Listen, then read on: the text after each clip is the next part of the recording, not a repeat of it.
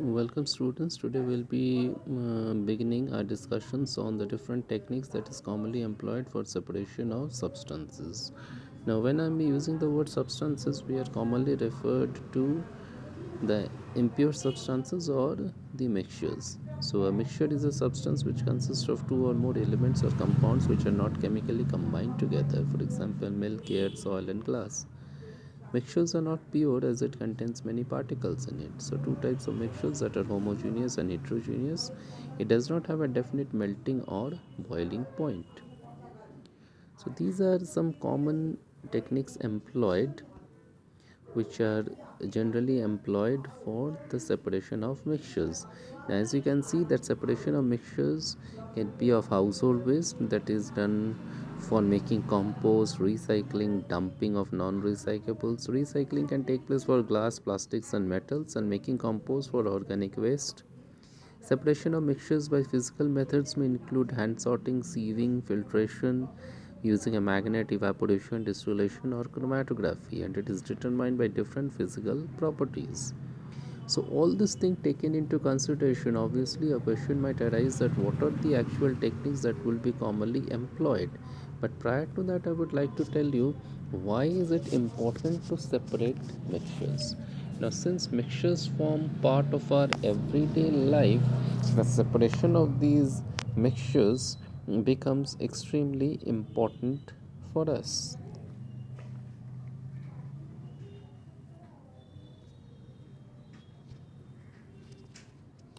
Examples: purification of drinking water, making of filter coffee. Many of the substances we use every day were actually once part of a mixture. Someone somewhere separated that substance from the mixture so we could use it. It turns out that many compounds and elements aren't found in nature in their pure form, but are found as parts of mixtures. Separating substances from mixtures is an important part of chemistry and modern industry. Some important chemistry terms are used in this section, including mixtures, suspensions, and solutions. Why do we want to separate mixtures? All the way back to ancient history, industrious humans have separated mixtures in order to obtain the specific substances that they need. One example of this is extracting metal from ore in order to make tools and weapons. We'll discuss today some other examples of separation below. Like, for example, the way in which different substances in a mixture are separated is called a process. There are a number of different processes used for separation. Many of them are very complex and involve dangerous chemicals or high temperatures. A lot of important industries in the world today are based on separation processes. Now, there are lots of practical reasons to separate mixtures.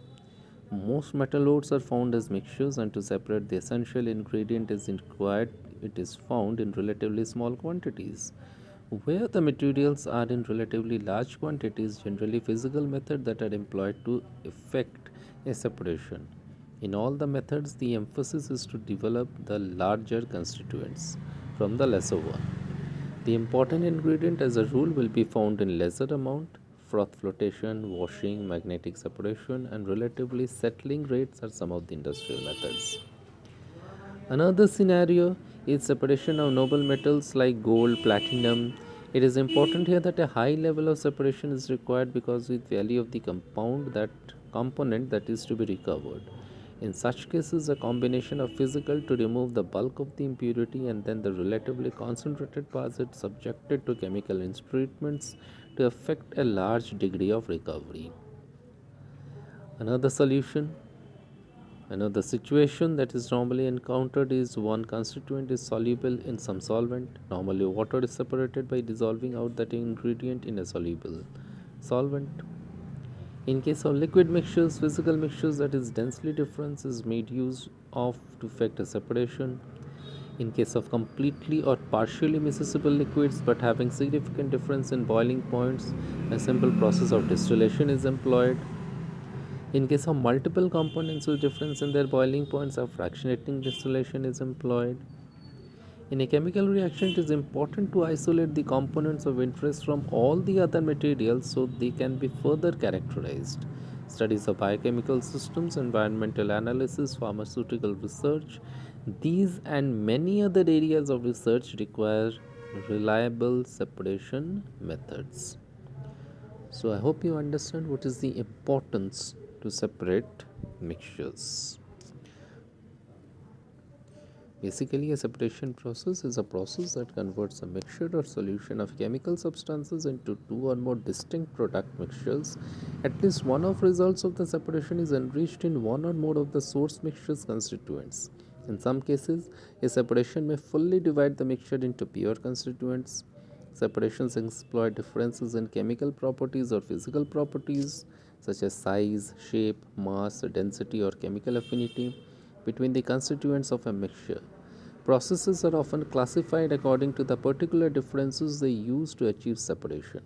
If no single difference can be used to accomplish the desired separation, multiple operations can often be combined to achieve the desired, and with a few exceptions, elements or compounds exist in nature in an impure state.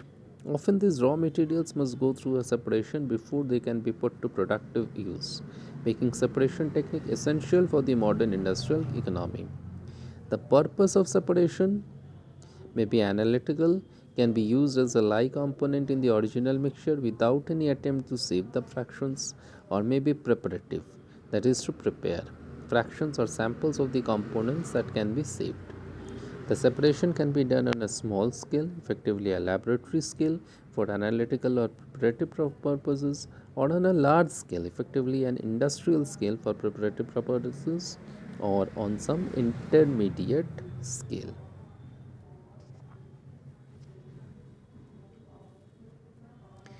Now, here is a list of several separation methods and what it separates.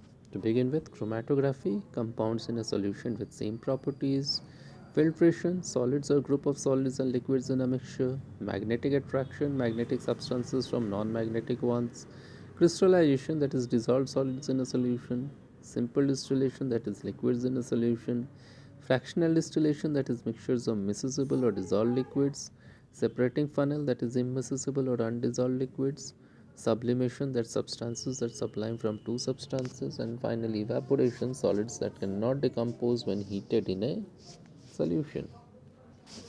So today we will be discussing a few of these. We shall be devoting some more classes on having a better understanding of these separation techniques. So we shall begin our discussion with evaporation. Evaporation is a type of vaporization of a liquid that occurs from the surface of a liquid into a gaseous phase that is not saturated with the evaporating substance. The other type of vaporization is boiling, which is characterized by bubbles of saturated water forming in a liquid phase. Steam produced in a boiler is another example of evaporation occurring in a saturated vapor phase. Now, the surrounding gas must not be saturated with the evaporating substance, that is most essential. When the molecules of the liquid collide, they transfer energy to each other based on how they collide with each other. When a molecule near the surface absorbs enough energy to overcome the vapor pressure, it will escape and enter the surrounding air as a gas. So, when evaporation occurs, the energy removed from the vaporized liquid will reduce the temperature of the liquid, resulting in evaporative cooling. On an average, only a fraction of the molecules in the liquid have enough heat energy to escape from the liquid. The evaporation will continue until an equilibrium is reached, when the evaporation of the liquid is equal to its condensation. In an enclosed environment, a liquid will evaporate until the surrounding air is saturated. Evaporation is an essential part of the water cycle.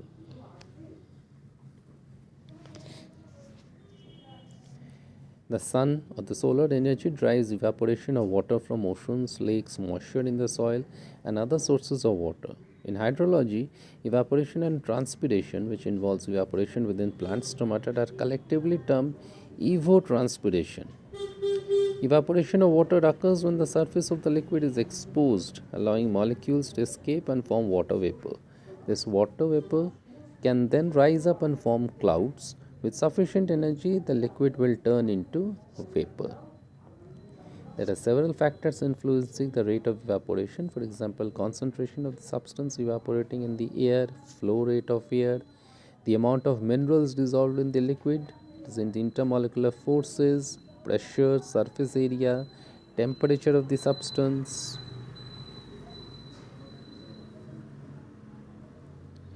Coming to the application, industrial applications include many printing and coating processes, recovering salts from solutions and drying a variety of materials such as lumber, paper, cloth, and chemicals. The use of evaporation to dry or concentrate samples in a common preparatory step for many laboratory analyses such as spectroscopy and chromatography. Systems used for this purpose include rotatory evaporators and centrifugal evaporators. Simply, when clothes are hung on a laundry line, even though the ambient temperature is below the boiling point of water, water evaporates. This is accelerated by factors such as low humidity, heat, and wind. In a clothes dryer, hot air is blown through the clothes, allowing water to evaporate more rapidly. Evaporative coolers, which can be significantly cool a building by simply blowing dry air over a filter saturated with water. Here you can see in the picture evaporation of seawater to produce salt, which is a very common technique for obtaining salt from seawater. In this picture you can see that how vast lands have been created where seawater can jut in, and once the water has flown back, what is left behind is salt. Some of the water gets collected, and due to the heat of the sun, this water gets gradually evaporated, and what is left behind is salt. The salt is then further carried to the refinery, what is purified, it is dried, and ultimately we obtain the same salt as packaged salt. So it is a very common technique which has been put to a large scale.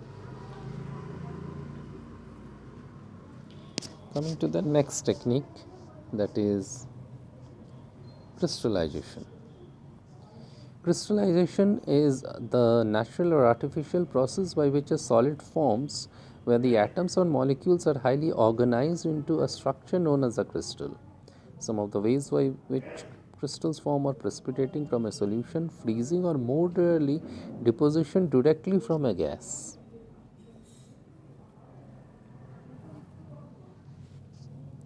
Attributes of resulting crystal depend largely on factors such as temperature, air pressure, and in the case of liquid crystals, time of fluid evaporation. Crystallization occurs in two major steps. The first is nucleation, the appearance of a crystalline phase from either a supercooled liquid or a supersaturated solvent. The second step is known as crystal growth, which is the increase in the size of particles and leads to a crystal state. An important feature of this step is to loose particles form layers of the crystal surface lodge themselves into open inconsistencies such as pores, cracks, etc. The majority of minerals and organic molecules crystallize easily, and the resulting crystals are generally of good quality, that is, without visible defects. The ease with which molecules will crystallize strongly depend on the intensity of either atomic forces in case of mineral substances, intermolecular forces, organic and biochemical substances, or intramolecular forces, that is for biochemical substances. Crystallization is also a chemical solid liquid separation technique in which mass transfer of a solute from the liquid solution to a pure solid crystalline phase occurs. In chemical engineering, crystallization occurs in a crystallizer. Crystallization is therefore related to precipitation, although the result is not amorphous or disordered but a crystal.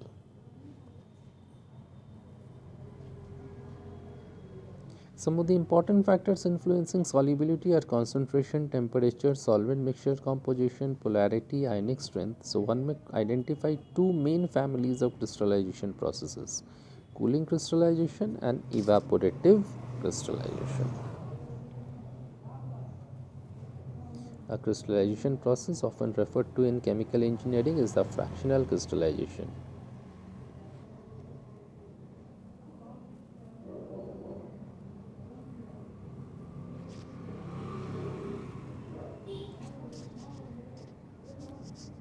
Next, we will discuss about another important method of separation technique, that is called the separating funnel.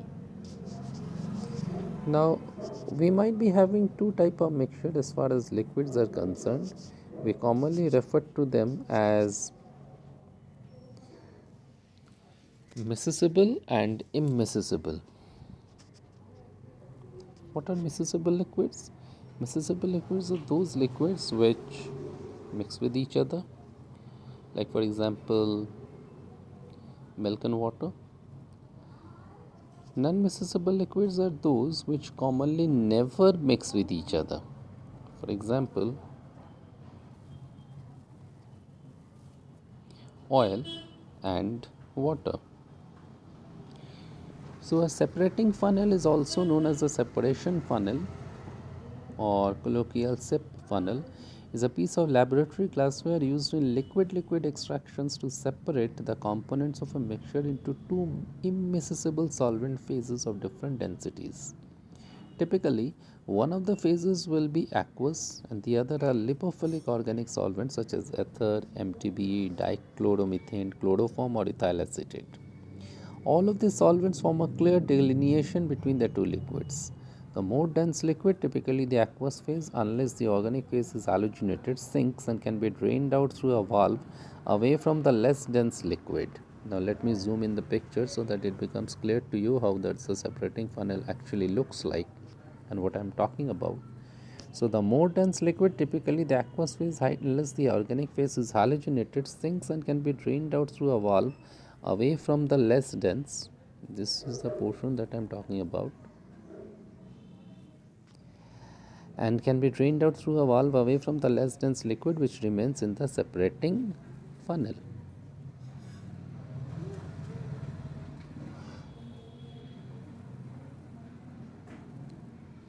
So a separating funnel can be used to separate two liquids which are immiscible. The separation of two immiscible liquids by a separating funnel is based on the difference in their densities. When a mixture of two immiscible liquids is allowed to stand, they separate out in two separate layers depending upon their densities.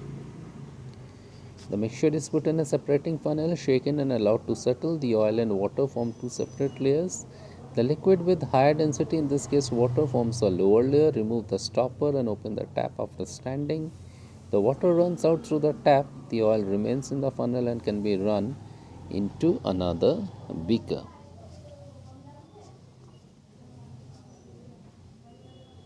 So basically the separating funnel relies on the concept of like dissolves like, which describes the ability of polar solvents to dissolve polar solutes and non-polar solvents to dissolve non-polar solutes. When the separatory funnel is agitated, each solute migrates to the solvent in which it is more soluble. The solvents normally do not form a unified solution together because they are immiscible. So when the funnel is kept stationary after agitation, the liquids form distinct physical layers. Lower density liquids will stay above higher density liquids. A mixture of solutes is thus separated into two physically separated solutions, each enriched in different solutes. The valve may be opened after the two phases separate to allow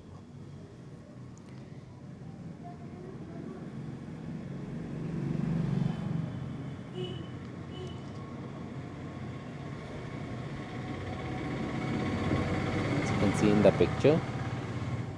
The valves may be opened after the two phases separate to allow the bottom layer to escape the separator funnel. The top layer may be retained in the separatory funnel for further extractions with additional batches of solvent or drained out into a separate vessel for other uses. If it is desired to retain the bottom layer in the separatory funnel for further extractions, both layers are taken out separately and then the former bottom layer is returned to the separatory funnel. Each independent solution can then be extracted again with additional batches of solvent used for other physical or chemical processes. So if the goal was to separate a soluble material from mixture, the solution containing that desired product can sometimes simply be evaporated to leave behind a purified solute. For this reason, it is a practical benefit to use volatile solvents for extracting the desired materials from the mixtures. Now here I would like to mention that the largest risk when using a separatory funnel is that of pressure buildup. Pressure accumulates during mixing if a gas evolving reaction or physical change occurs. This problem can be easily handled by simply opening the stopper at the top of the funnel routinely while mixing. More standard procedure is to invert the separatory funnel upside down. and open the tap to release the pressure. This should be done with the tip of the funnel pointed away from the body.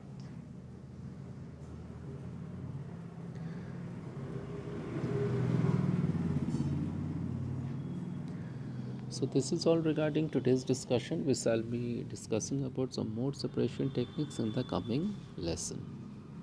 Thank you.